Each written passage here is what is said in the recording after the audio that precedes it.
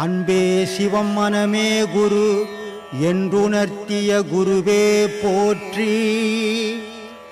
சத்தும் சித்தும் எதுவென்று உணர்த்திய குருவே போற்றி.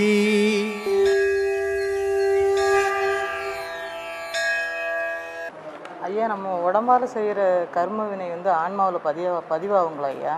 ஆன்மாவில் பதிவாகாதுமா, மனசில் பதிவாகுங்க. மனம் போய் ஆன்மாவில் சேருமே. அப்போ அதானே தூக்கி சுமந்துங்குது.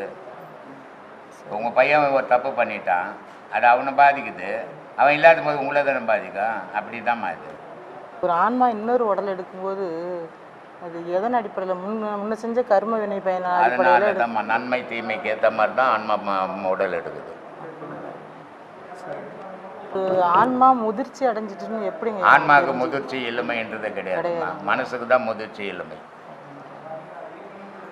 அப்புறம் ஒரு மனுஷனோட மூளை சிந்திக்குதுங்களா ஐயா? ஆன்மாவோட அனுபவ அறிவினால சிந்திக்குதுங்களா? ஒரு மனுஷனோட சிந்தனை மூளை சிந்திக்குதுங்களா ஐயா, இல்லை ஆன்மாவோட அனுபவ அறிவினால சிந்திக்குது? மூளை தான்மா சிந்திக்குது, மன மூளையில் தான் இருக்குது. ஒரு அஞ்ஞானி ஆன்மா அந்த உடலை விட்டுடுச்சுன்னு வச்சுங்களேன் ஐயா, அவங்க நரக வேதனை அனுபவிப்பான்னு சொல்கிறாங்களா, அப்படிங்களா ஐயா? அது போன பிறகு எந்த நரக வேதனை அனுபவிது? இருக்கும்போதே நரக வேதனை தான் இருக்குது. வாழும்போதே நரக வேதனை தான் நம்ம மனுஷனுக்கு. அதை அனுபவிச்சு தான் இப்போ அது சூசைட் பண்ணிட்டு போச்சு. பல விதங்களில், ஒரு விதத்தில் இல்லை, பல விதங்களில். இப்போ ஆண்களால் பல பெண்கள் பாதிக்கப்படுறாங்க. அவங்க வாழ்க்கைகள் சின்ன பண்ணமா போகுது. கல்யாணம் பண்ணும்போது ரொம்ப சந்தோஷமாக ஒரு மனைவியை கல்யாணம் பண்ணுறோம். 3 மாதம் பொறுத்து மனைவி கூட வாழ்ந்துட்டு தேர்த்தி விட்டுடுறோம். 10 வருஷம் தான். அதே மாதிரி சில பெண்களால் ஆண்கள் பல விதமாக பாதிக்கிறாங்க. ஆனால் ஒரு ஆண் ஒரு பெண்ணை கல்யாணம் பண்ணிக்கின்னா கடைசி வரைக்கும் அவன் கூட வாழணும். அதுதான் வாழ்க்கையினுடைய முடிவு அப்படின்னு முடிவு பண்ணி வாழணும். இது சரியில்லை அது சரியில்லைன்னா நீ எங்கே போனாலுமே சரியா இருக்காது. அதே மாதிரி ஒரு பெண்ணை தாலி கட்டி விட்டுட்டு அடுத்த பெண்ணுக்கிட்ட போய் வாழ்ந்தீங்கன்னா இதை விட நரக வேதனைப்பட்டு சாவுவாங்க. வாழ்க்கைன்றது ஒரு ஆணும் பெண்ணும் இணைஞ்சு வாழக்கூடியது. அது சத்து கட்டுற மாதிரி மாற்றி போட்டுக்குன்னு போகிறது இல்லை. அந்த மாதிரி இந்த பாதிப்புகளே வர்றது அவனுடைய கர்ம வினையினுடைய காரணமாக தான். பெண்ணுக்கு வந்தாலும் சரி, அது ஆணுக்கு வந்தாலும் சரி. என்கிட்ட ஒரு ஆள் இப்போ ஃபோன் பண்ணி கேட்குறாரு, கரூர்லேருந்து. அவருடைய சம்சாரம் அவரை விட்டுட்டு இன்னொருத்தர் இட்டுன்னு போயிடுச்சான். இட்டுன்னு போய் 3 வருஷமாச்சான். நான் போய் இட்டுன்னு வரட்டான்னு என்ன கேட்குறேன், நான் புரோக்கரேன். எவ்வளோ புத்தி இருக்குது பாரு. யார் பேசுகிறா, அவங்க என்ன பேசிக்கிறாங்க, அவங்களாண்ட நம்ம என்ன விஷயத்த கேட்குறோன்னு கூட தெரியாத மண்டங்களாக இருக்கிறானுங்க சில பேர். அவன் 3 வருஷமாச்சு உன்னை விட்டு போயிட்டு நீ யாரையாவது ஒரு கல்யாணம் பண்ணி நல்லா வாழ வேண்டியது தானே. அவளை போயிட்டுன்னு வரேன்னா அங்கேயும் கேட்டு இங்கேயும் கேட்டு தான் நான் வாழ்க்கை போவோம். இந்த மாதிரி சில பெண்கள் தவறு செய்கிறாங்க. சில ஆண்களால் பெண்கள் ரொம்ப பாதிக்கப்படுறாங்க. இதை எல்லாரும் மாற்றிக்கின்னு வாழணும். நம்மளுக்கு ஒரு அமைஞ்சது வாழ்க்கை இதுதான், இதில் தான் வாழணுன்ற முடிவோடு இருக்கணும். அதை வாழும்போது ஆசையாக வாழ்ந்துட்டு அடுத்ததுக்கு ஆசைப்படும் போது எல்லோருடைய வாழ்க்கையும் கெட்டு போகுமா. அனைவருக்கும் ஆத்ம வணக்கம். மனிதனுக்கு 8 குணம்னு சொல்கிறாங்க. ஐயாவை சொல்லியிருக்காரு. இறைவனுக்கும் 8 குணம்னு தான் சொல்கிறாங்க. இறைவனுக்கும் 8 குணம்னு சொல்கிறாங்க. தெய்வத்துக்கும் 8 குணம்னு சொல்கிறாங்க. கடவுளுக்கும் 8 குணம்னு சொல்கிறாங்க.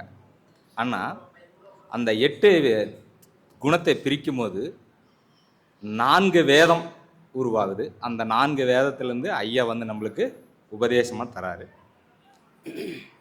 அதே 4 யுகங்கள் அப்படின்னு சொல்லி ஐயாவை சொல்கிறாரு. ஒரு யுகம் பார்த்தீங்கன்னா ஐயா சிறு வயதில் வாழ்ந்தாரு, அது ஒரு யுகம் அப்படின்னு ஐயா சொல்லியிருக்காரு. 2வது யுகம் தெய்வலோகம். அந்த லோகத்தில் இப்போ நம்மளாம் இங்கே இருக்கிறவங்களாம் தெய்வலோகத்தில் கால் வச்சிருக்கிறோங்க. அனைவருக்கும் வணக்கம். அனைவருக்கும் வணக்கம். ஏன் இதை சொல்கிறேன்னா, எத்தனை குறை இருந்தாலும் நம்ம இங்கே இருக்கிறவங்களாம் தெய்வலோகத்திலேயே இருக்கிறோம் அப்படின்னு அந்த நினைவோடு இருந்து பேசுனீங்கன்னா இங்கே நல்லதே நடக்கும் அனைவருக்கும். ஏன் சொல்கிறேன்னா, என்ன அறிவு கேட்டது உங்களுக்கு அது கேள்வியாக கேட்கணும், அதுக்காக சொல்கிறேன். இந்த தெய்வலோகத்தில் ஐயாவை என்னவா இருக்கிறாருன்னா, அணிச்சந்திரனாக இந்த இரண்டாவது உலகத்தில் வந்து ஐயா வந்து அணிச்சந்திரனாக அந்த அணிச்சந்திர லோகத்தில் தெய்வ லோகத்துக்கு வந்து ஒரு அவரே தளபதியாக இருக்கிறார், யாராலும் இருக்க முடியாது. ஆனால் ஏன் இந்த கேள்வி என் வாயால் சொல்லப்படுது என்று தெரியல. ஆனால் இந்த பாடத்தை முழுமையாக ஒவ்வொரு மனிதனும் செஞ்சீங்கன்னாவே மனம் ஒடுங்கி எது மேலேயும் ஆசைப்படக்கூடாது. அதுதான் என்னுடைய பற்று. ஏன் சில பக்த கோடிகள் வந்து இது மாதிரியான ஒரு எண்ணங்கள் மாறுபடுது, காரணம் என்ன? கடல் தண்ணி சுத்தமான தண்ணியா இல்லை நல்ல தண்ணியா சாமி? சுத்தமான தண்ணியா மேலே போகும்போது தான் கடல் தண்ணியை கேட்குறேன். தண்ணி சுத்தமான தண்ணி இல்லை. ஆனால் இறைவன் என்ன பண்ணுறான், மொத்தமாக அதை படிச்சிருந்தானா உலகமே உற்பத்தி ஆகாது. இறைவன் அதுக்குன்னு ஒரு இடம் கொடுத்து, அழுக்குன்னு ஒரு இடம் கொடுத்து அதில் கலக்க வச்சிட்டான் இறைவன். அந்த தண்ணியை சூரியன்ற ஒரு கோளோட உதவியால் ஆவியாக்கி அழுக்கெல்லாம் கீழே தங்கிட்டு சுத்தமான தண்ணியை மட்டும் மேகம் கொண்டு வந்து இந்த பூமி பந்து மேலே மழையாக போயிடுது. புரியுதுங்களா? சரி, அழுக்கில் இருந்த தண்ணி தான் அது, அழுக்காவே மேலே போல. இப்போ சுத்தமாக வந்துடுச்சு. சுத்தமாக இருக்குமானா மேகத்தில் இருக்க வரைக்கும் சுத்தமாக இருக்கும். திரும்ப பூமிக்கு வந்தால் எந்த இடத்துல விழுந்ததோ அந்த மண்ணோட தன்மைக்கு அந்த நீர் மாறும். அதனால தான் இந்த மாறுபட்ட வார்த்தைகள். இது இந்த உலகத்தோட நியதி. இதுல சுத்தமா இறைவனே படைக்கலன்னும் போது மனுஷ இனத்துக்கு குறை சொல்லி பிரயோஜனமே கிடையாது. இது எல்லாமே ஒரு படிப்பனையாக எடுத்துன்னு கடந்து போயிட்டே இருக்கணும். அப்போ விழுந்துட்டேன், தெரிஞ்சிடுச்சு, நான் என்ன சுத்தம் பண்ணிக்க என்ன வழி, அதை தேடித்தான் போகணும். கடல் தண்ணியிலேருந்து உப்பு வந்துச்சு. எப்படி வந்துச்சு?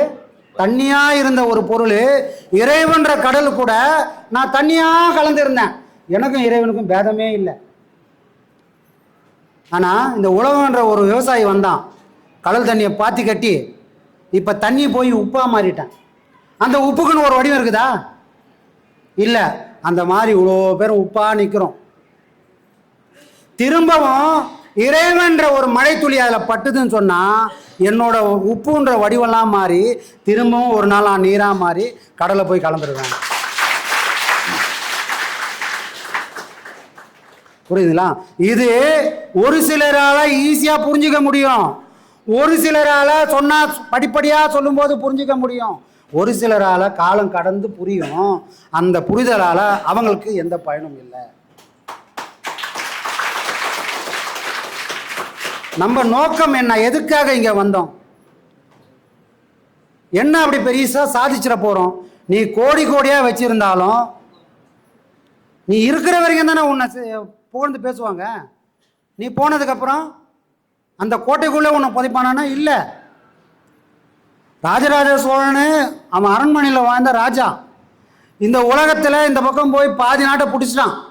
மலேசியாவிலேருந்து பிலிப்பைன்ஸ்லேருந்து எல்லா நாட்டையும் பிடிச்சிட்டான். அவ்வளோ பெரிய மண்ணை அவன் வாழ்ந்த வீடு இருக்குதா? ஆனால் அவன் கட்டின அந்த கோவில் இருக்குது. இன்னும் அவன் கட்டிய மாளிகை அவன் பேரை சொல்லலை, அவன் வாழ்ந்த அரண்மனை அவன் பேரை சொல்லலை, அவன்கிட்ட சேவகம் செஞ்ச யாரும் இன்னைக்கு அவன் பேரை சொல்லலை. ஆனால் உலகத்துக்காக அவன் செஞ்ச கோயில் மட்டுமே இன்னை வரைக்கும் அவன் பேரை சொல்லிட்டு. அப்போ காலம் கடந்து ஒரு மனுஷன் நிற்கணும்னா அவனுடைய விசாலமான பார்வை இருக்கணும். அந்த விசாலமான பார்வை இல்லைன்னு சொன்னால் ஒரு வீட்லையும் 3 மாதம்தான் அவங்க போட்டா இருக்கும். அப்படிதானே? நம்ம அப்பா சாவர வரைக்கும் தான் அவரோட அப்பாவோட போட்டோ இருந்தது. நம்ம அப்பா செத்த உடனே அவரோட படத்தை வச்சு இப்போ நம்ம அப்பா படத்தை வச்சுட்டாங்க. நாளைக்கு நானும் சாவேன், நம்ம அப்பா படம் போயிடும், இப்போ என் படம் வந்துடும். அப்போ இந்த உலகத்தோட நிலையாமை என்ன, நிலையானது என்னன்றது தெரிஞ்சிக்காம நான் வாழ்ந்தா எனக்கு பேர் மனிதனா அப்படின்ற கேள்வி ஒரு உள்ளத்திலையும் எழுந்தால் பாதைகள் தடுமாறத்துக்கு இங்கே வேலையே கிடையாது. அந்த கேள்வி எல்லாருக்கும் வருமானம் வராது. ஒரு அடி விழுது தேய்ச்சிக்கினே போகிறவனும் இருக்கிறான், ஒரு அடி விழுது, இது ஏன் விழுந்ததுன்னு யோசிக்கிறவனும் இருக்கிறான். எப்படிப்பட்ட ஆளும் இருக்கான்ல சாமி. நீ அதில் எந்த ரகமாக இருக்கணும்? தேய்ச்சிக்கினே போகிற ஆளாக இருந்தால் அடி விழுந்துக்கினே இருக்கும். ஏண்டா விழுந்தது, யாருக்குமே விழு, எனக்கு ஏன் விழுந்ததுன்னு கொஞ்சம் அலசி ஆரம்பிச்சேன்னா இன்னொரு நாள் அந்த அடி விழாமல் பார்த்துக்கலாம். புத்திமானாக இருந்தால், ஞானம் உள்ளவனாக இருந்தால், அறிவுக்கு வேலை கொடுக்குறவனாக இருந்தால், இப்படிப்பட்ட ஆளாக இருந்தால் தான் நீ மனிதன். இல்லைன்னு சொன்னால் மிருகன்னு சொல்கிறதுக்கும் உனக்கு வித்தியாசம் இல்லாத போயிடும். அதுக்கும் அடி விழும், தேய்ச்சிக்கினே போயிடும். ஏன் அடி விழுந்து தெரியுமா? மாடு கும்பலாக வரும்போது மாடு அப்படியே மேய்ச்சிக்கினே போகும். வயல்வெளி பச்சை பசையில் இருந்து என்ன பண்ணோம், கபால்னு தோட்டத்தில் போய் பூந்துடும். இந்த ரோட்டில் போகிற மாடு எந்த அடியும் வாங்காது. அதோட வேலையை தாண்டி போகும்போது அந்த மாடு தான் மேயும், உதையும் படும். ஒரு கட்டுக்கோப்பான வாழ்க்கை இல்லைன்னா கண்டிப்பாக அடிகள் விழுந்தே தீரும். இது நிரசமான உண்மை. எப்படி ஒரு நாள் வாழலான்றது வீட்லேயே வாழ முடியாது. நான் என்னோட வீடு, என்னோட மனைவி, என்னோட பிள்ளை, ஆனால் என் இஷ்டத்துக்கு என்னால் வாழ முடியாது. என் குடும்பத்திலே பொண்டாட்டிக்கு ஏற்ற மாதிரி அட்ஜஸ்ட் பண்ணணும், பிள்ளைங்க ஏற்ற மாதிரி அட்ஜஸ்ட் பண்ணணும், ஊருக்கு ஏற்ற மாதிரியும் வாழணும். இல்லைன்னா ஊர் என்ன பண்ணா, ஏண்டாடே நீ என்னடா குடும்பம் நடத்துற, ஏன்னா நீங்கள் 2 பேர் மட்டும் கல்யாணம் பண்ணிக்கல, ஊரை கூட்டி கல்யாணம் பண்ண, அப்போ கேட்கக்கூடிய பொறுப்பு ஊருக்கும் உண்டு. இதுக்கு தான் சபையை கூட்டி கல்யாணம் பண்ணுறாங்க. இப்போ எல்லாம் ரிஜிஸ்டர் மேரேஜ் போனால யாருக்கும் பதில் சொல்கிற வேலையில்லை, பயம் இல்லாத போச்சு. அந்த காலத்தில் சொந்த பந்தம் இல்லாமல் திருமணம் நடக்காது. ஏன் காரணம் என்னன்னா, நாளைக்கு எது நடந்தாலும் அவங்களுக்கு கேள்விக்கு பதில் சொல்லணுமேன்ற பயம் இந்த தம்பதிகளுக்கு இருக்கும். அதனால தான் ஊரை கூட்டி ஏதோ சோறு போட்டி தெரியல, எல்லாரும் கூப்பிட்டா சோறு போடணும், சோறு போட்டால் செலவு பண்ணணும், கடங்கச்செல்லாம் வாங்கி ஏன் பண்ணாங்க? இவங்க 2 பேர் பக்குவம் இல்லாத ஆன்மாக்கள். உடல் என்ற ஒன்றை கடந்து போகாத ஒரு பருவத்தில் இருக்கிறவங்க. அவங்களுக்கு ஒரு பயத்தை கொடுக்கணும். வந்துக்கிறாங்களே இவ்வளோ பேரும், வெறும் சாப்பிட்றதுக்காக வந்த கூட்டம் இல்லைப்பா, ஆத்மாத்மா உனக்கு ஆசீர்வாதம் பண்ண கூட்டம். அத்தனை பேரோட ஆசீர்வாதத்தோடு தான் உங்கள் 2 பேரோட திருமணம் நடக்குது. அப்போது கல்யாணம் ஆயிடுச்சு, நான் யாருக்கும் பதில் சொல்ல மாட்டேன்னு போயிட போகிற. இன்றைக்கி வந்த கூட்டமெல்லாம் நாளைக்கு ஒரு நாள் கேள்வி கேட்கும். அவங்களுக்கெல்லாம் பதில் சொல்ல நீ கடமைப்பட்டுள்ளவன் தான் இவ்வளோ பேர் கூப்பிட்றோம். அப்போது இது சம்பிரதாயம் இல்லை, இது ஒரு ஒழுக்க நெறி. நாம் எப்போவுமே அடுத்தவங்களுக்கு கடமைப்பட்டுள்ளோம் பதில் சொல்ல அப்படின்னு ஒரு மனுஷனோட உள்ளுணர்வு இருந்து சொன்னால் தவறுகள் நடக்க அங்கே வாய்ப்பே இருக்காது. என்னை யார் பார்க்க போகிறான், என்னை யார் கேட்க போகிறான்னு ஒரு மனம் துணிஞ்சு போச்சுன்னு சொன்னால் தவறுகளாக நடந்து போகும், தடுக்கவே முடியாது. அப்போ ஒழுக்கம்ன்றது வேணும்னா நம்மளோட பெரியவங்களை முதல்ல மடிக்க கற்றுக்கணும். பெரியவங்கன்னா வயசில் பெரியவங்களா, மரம் கூட பெருசாக இருக்குது. நான் பிறக்கிறதுக்கு முன்னாடி ஒரு மரம் இருந்தது, அப்போ என்னோட பெருசானா அப்படி இல்லை. செயலால் யார் பெரியவங்களோ அவங்க மட்டுமே பெரியவங்க.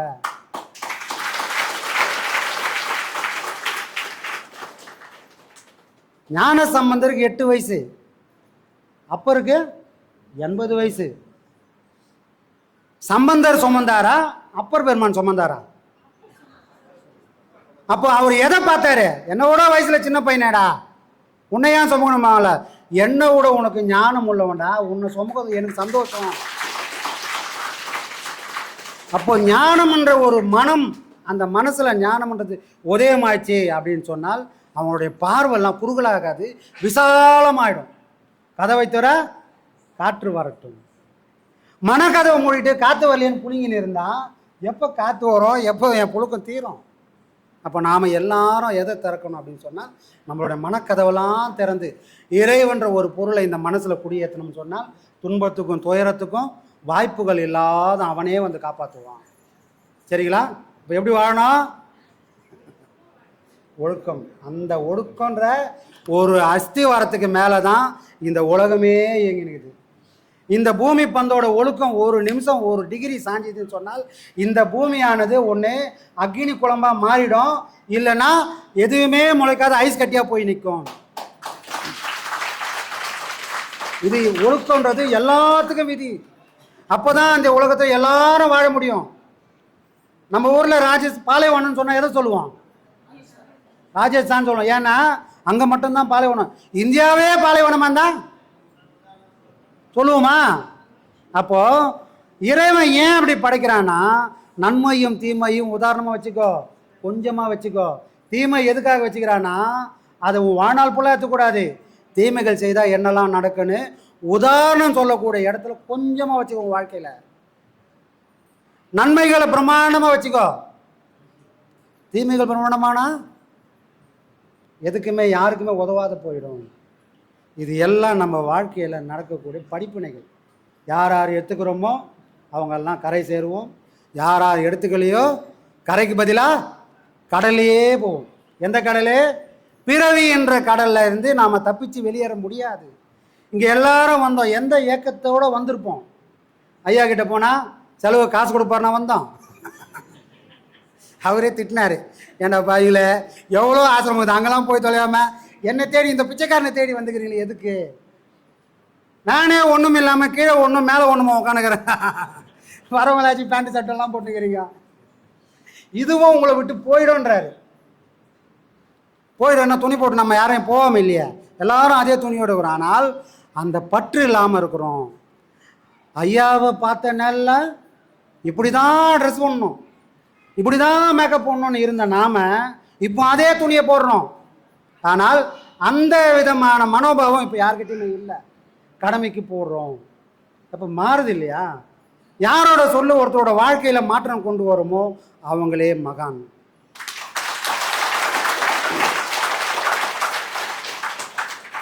விவேகானந்தர் போகிறாரு, அவர் இங்கேருந்து பிடிச்சி முட்டாங்க.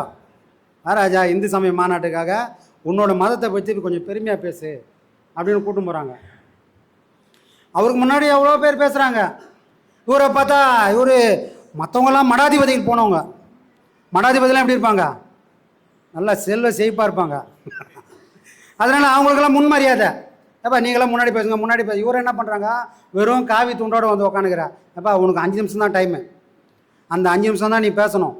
ஆனால் அது கூட இப்போ இல்லை, ஒரு 50 பேர் போனதுக்கப்புறம் உனக்கு ஒரு வாய்ப்பு தரேன் அப்படின்னு பேசுகிறாங்க. எல்லோரும் போவோம். சரி நம்மளை எப்போ கூப்பிடுவாங்கன்னு இவர் உட்காந்துக்கிறாரு. கூப்பிட்ற மாதிரியே தெரியல. கடைசியில் கூப்பிட்றாங்க, வாப்பா அப்படின்னு கூப்பிட்றாங்க. அன்னைக்கு அவர் சொன்ன வார்த்தை அவருக்கு முன்னாடி 100 பேர் சொன்ன வார்த்தை. அவர் ஏதோ புதுசாக சொல்லவே இல்லை. சகோதர சகோதரிகளேன்னு அவர் ஏதோ புதுசாக பேசலை. அதே மேடையில் அவர் கண்ணு முன்னாடி பேசின எல்லாரும் அந்த வார்த்தையை யூஸ் பண்ணாங்க. யாரும் கைத்தட்டல. எல்லாரும் பேசினது தான் ஒரு மகான் பேசினார். கைத்தட்ட அடங்க அவர் கொடுத்த டைமே முடிஞ்சு போச்சு. அவர் பேசவே இல்லை. 5 நிமிஷம் தான் அவர் கொடுத்த டைமு. ஆனால் கைத்தட்டல் அடங்கவே 5 நிமிஷம் ஆயிடுச்சு. அப்போது ஒரு சொல்லு எல்லாரும் பேசலாம், ஆனால் யார்கிட்ட இருந்து வர்றதுன்றது தான் விஷயம்.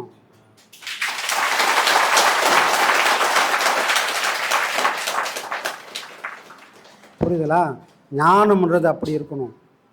நீ நெருப்பாக இருந்தால் உன் வார்த்தையும் நெருப்பு துண்டு மாதிரி சுடும். கோபம் நெருப்பாக இருக்கக்கூடாது, ஞானம் நெருப்பாக இருக்கணும். உன்னால் வாழ்ந்தாங்கன்னு இருக்கணும், உன்னால் கெட்டாங்கன்னு யாரும் இருக்கக்கூடாது. உலகம் படிக்கு ஆளாகக்கூடாது. இது வாழ்க்கை நியதி. வாழ்ந்தால் இப்படி தான்ப்பா வாழணும். காந்திக்கும் அடையாளம் இருக்குது, ஹிட்லருக்கும் அடையாளம் இருக்குது. ஆனால் காந்தியை பார்க்குற உலகம் ஹிட்லர் அப்படி பார்க்குமா? எவ்வளோ பேர் உயிர் சாவறதுக்கு இவன் காரணமாக இருந்தானே உதாரணத்துக்கு வச்சுக்கிறாங்க. வாழ்ந்தா இவனை மாதிரிலாம் வாழக்கூடாதுப்பா, இவனை மாதிரி வாழவே கூடாதுன்னு உதாரணத்துக்கு வச்சுக்கிறாங்க. வாழ்ந்தா இப்படிலாம் வாழணும்னு ஒருத்தர் வச்சுக்கிறாங்க. நாம் எதை எடுத்துக்க போகிறோம்? அடையாளம் இல்லாத பொருளை நம்மளால் உணர முடியாது. அடையாளத்துக்கு இந்த உலகமே சாட்சி. நீ எதை எடுத்துக்க போகிறன்றது தான். நீ விழிப்பாக இருக்கிறியா இல்லை தூங்கிட்டு இருக்கிறியான்றது விஷயமே. அப்போ நம்ம எதை எடுத்துக்கணும்? வாழ்ந்தால் இவரை போல் வாழணுன்ற யார் வாழ்ந்தாங்களோ அவங்கள உதாரணமாக எடுத்துக்கணும். ஐயா